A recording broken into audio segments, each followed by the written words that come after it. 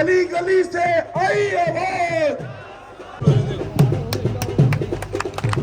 Master Nandram जी साढ़े सामने दे उन्हें पहना है आजाद साहब का वेलकम करने बात नहीं है। और जनाब आजाद साहब ने ये उस धरती से फादर साहब तलुक मुलाजम कच्चे हैं, उनको पक्का करने का बंदोबस्त करना है। और सबसे जो कानून मैंने ही बनाया था रोशनी का, उस रोशनी के कानून को हम दोबारा बनाएंगे। और जितने भी हमारे, चाहे वो किसी भी धर्म का हो, किसी भी जाति, ये सोचना भी गलत है कि राजपूत और ब्राह्मण सब अमीर हैं। राजपूतों और ब्राह्मणों में भी बहुत सारे गरीब हैं, अपर कास्ट में भी गरीब है, दलित और SC ST तो गरीब है ही, बैकवर्ड में भी बहुत सारे गरीब। तो जो भी गरीब है, चाहे वो अपर कास्ट का हो, बैकवर्ड का हो, या हिंदू हो, या मुसलमान हो, या सिख हो, या ईसाई हो, जिसकी जमीन घर बनाने के लिए नहीं है, उसको कोई जमीन छीन नहीं सकता।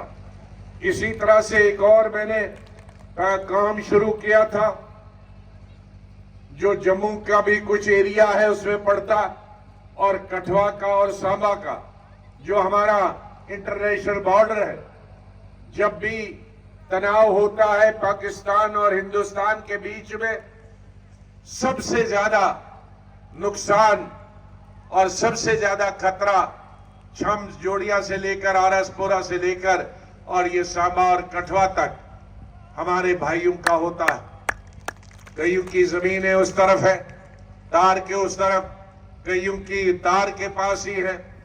गोला बारूद से वो खेती नहीं कर सकते, गोला बारूद से उन घरों में उनके घर तबाह हो जाते हैं, मवेशी का नुकसान होता है। बीच बीच में आदमियों, हमारी बहनों बेटियों का भी की जाने चली जाती हैं। उसमें एक मांग थी तब मैं जब बॉर्डर का एरिया गया था, जब चीफ मिनिस्टर, लेकिन उसके बाद मेरे पास सिर्फ 6 महीने बचे थे। उनने कहा था कि हमें फायरिंग रेंज से आगे जमीन दी जाए, जमीन रेवेन्यू की सरकारी, और 5 मरले, ताकि जब फायरिंग हो तो हम एक छोटा सा कमरा वहां बनाएं, वहां बच्चों को रखें, और फायरिंग खत्म होने के बाद फिर अपने घरों में जाए। मेरे वक्त में ऑर्डर हमने दिया था, कुछ जमीन एक्वायर भी हुई थी, लेकिन जितनी एक्वायर हुई उसको भी आज 17 साल हुए किसी ने दिया नहीं। जो और एक्वायर करनी थी वो तो की नहीं किसी ने, लेकिन जितनी की थी वो भी नहीं किसी को दी।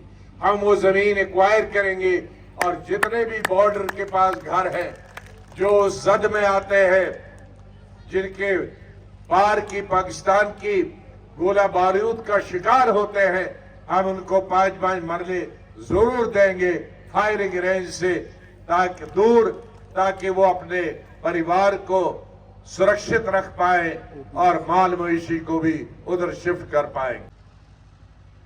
जम्मू कश्मीर की आवाम ने आजमाया,